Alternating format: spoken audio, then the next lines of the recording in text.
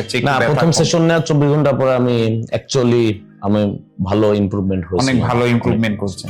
আমি অফিসে ঠিকমতো কাজ করতে পারি না। আমি আগে যে ফিজিওথেরাপি নিয়েছিলাম ওটা ইমপ্রুভমেন্ট দেখা গেছে যে এক সপ্তাহ ভালো ছিলাম, আবার মাঝে মধ্যে খারাপ হতো। এখন মাশাআল্লাহ আগের থেকে অনেক সুস্থ আর কি। তো স্যার কি আপনার কাছ থেকে কোনো প্রকার ভিজিট নিয়েছিল প্রথমে পরামর্শ নেওয়ার ক্ষেত্রে? না, পরামর্শ ভিজিট নাই। নিউ টেকনোলজিতে এটা খুব ভালো চিকিৎসা, স্পেশালি আমাদের এই স্পাইনাল কর্ড এর থেকে যেটা আছে ব্রেন থেকে যেটা নার্ভে, এটা এই ট্রিটমেন্টটা নিতে পারে, যেটা সব এটা কোনো ওষুধ ছাড়াই চিকিৎসা। আসসালামু আলাইকুম স্যার, কেমন আছেন আপনি? জি আলহামদুলিল্লাহ ভালো। স্যার আপনার নামটা একটু বলবেন এবং কোন জেলা থেকে এসেছেন সেটা একটু জানাবেন। আমার নাম ইকরাম হোসেন, আমি এসেছি নিউ ইস্কাটন ঢাকা থেকে। নিউ ইস্কাটন ঢাকা থেকে। তো স্যার আপনার বর্তমানে শারীরিক কি অবস্থা স্যার? এখন আমি আগের থেকে ভালো। আগের থেকে ভালো। আপনার মূলত কি সমস্যা ছিল?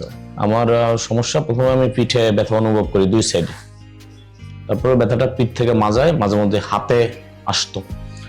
ওখান থেকে আমি নিউরোসার্জন আর অর্থোপেডিক ডাক্তার দেখাইছিলাম। তারপরে আমি একটা এমআরআই করেছিলাম।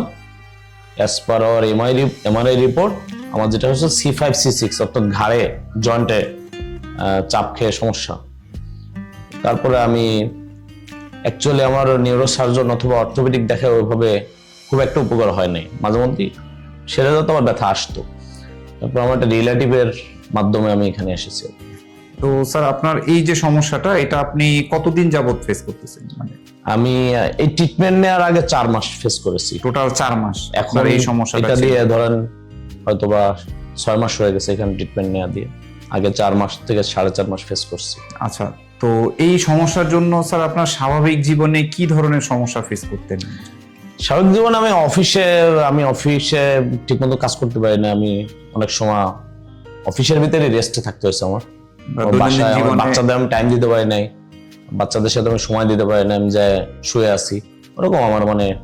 বা রাতে ঘুমের সমস্যা হতো? ঘুমের সমস্যা হতো, হ্যাঁ। মানে আমি সমস্যা হয়েছে, অনেক সমস্যা হয়েছে শারীরিক। তো স্যার এর আগে যত ডাক্তার দেখিয়েছেন তারা কি কোনো অপারেশনের কথা বলেছে? না, আমার অপারেশনের কথা বলে নাই কেউ, কারণ আমার যেটা বলা হয়েছে যে আমার খুব মাইল্ড স্টেজে, মানে স্টেজ 1 বলছে ওনারা, যে আপনারটা অপারেশনের স্টেজে না এখন পর্যন্ত। অপারেশন যদি হতো তাহলে আমি আগে অপারেশন করতাম। আচ্ছা, বলছে এটা আপনার ফিজিক্যাল এক্সারসাইজ, ফিজিওথেরাপি এটার মাধ্যমে করবো। আমি এর আগে ফিজিওথেরাপিও নিয়েছি 1 মাস, বাট ওটা আমার মাঝে মধ্যেই সেরে যেত, আবার আসতো। আচ্ছা, তো ফিজিওথেরাপি নেওয়ার পরে কি আপনি কোনো ইমপ্রুভমেন্ট দেখেছেন?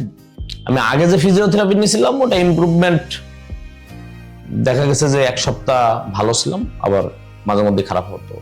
আচ্ছা, আপনি যখন প্রথম ডক্টর রাশেদ স্যারকে দেখিয়েছেন, তো আপনার রিপোর্ট এবং এমআরআই গুলো দেখে স্যার কি বলেছিল আপনাকে?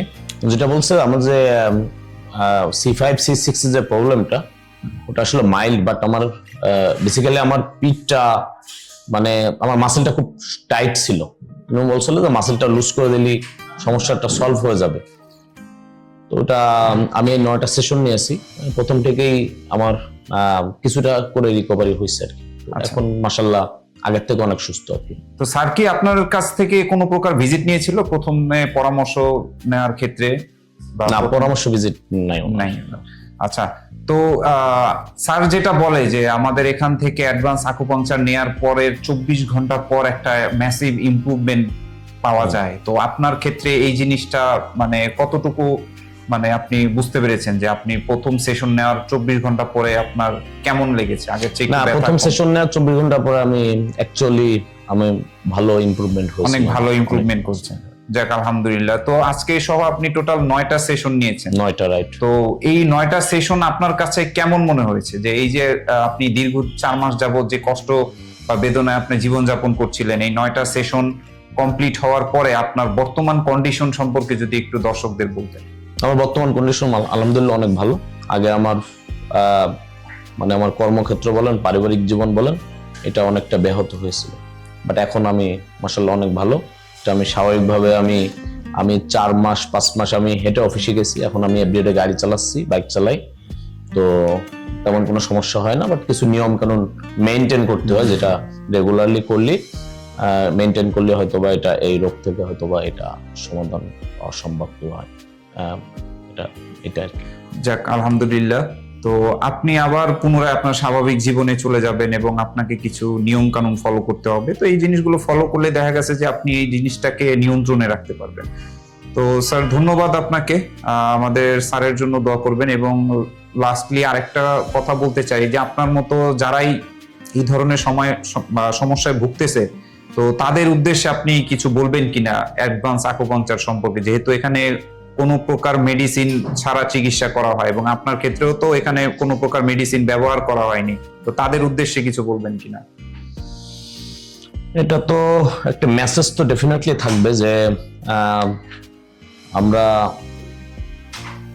অ্যাডভান্স আকুপাংচারটা হয়তো অনেকে জানে না ব্যাপারটা, আমি নিজেও জানতাম না, আমার একটা রিলেটিভ আমাকে আইডিয়া দিয়েছে।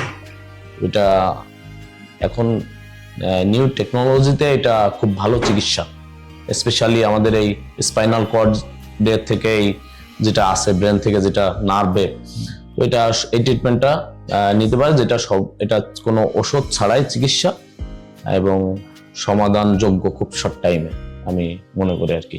তো এই চিকিৎসায় আশা করি দিন দিন রোগী এখানে বাড়বে, এটা আমার ব্যক্তিগত অভিমত।